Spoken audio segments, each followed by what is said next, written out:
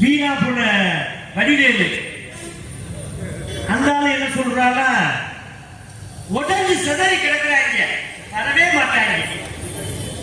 டேய், நாங்க இன்னைக்கு அடிச்சுக்கிடுவோம், எங்க பங்காளி சட்டை நாளைக்கு முடிச்சுட்டு நாங்க ஒண்ணு சேர்த்துக்கிடுவோம். நீ யாரு? நீ எப்ப வந்து ஏடிஎம்கே பேசுறீங்க அப்பவே நாங்க ஜெயிச்சுட்டோம்டா. நீ ஆம குழந்தை வேண்டா, ஆம குழந்தை கட்சி. நாங்க வந்து அழகான கட்சி.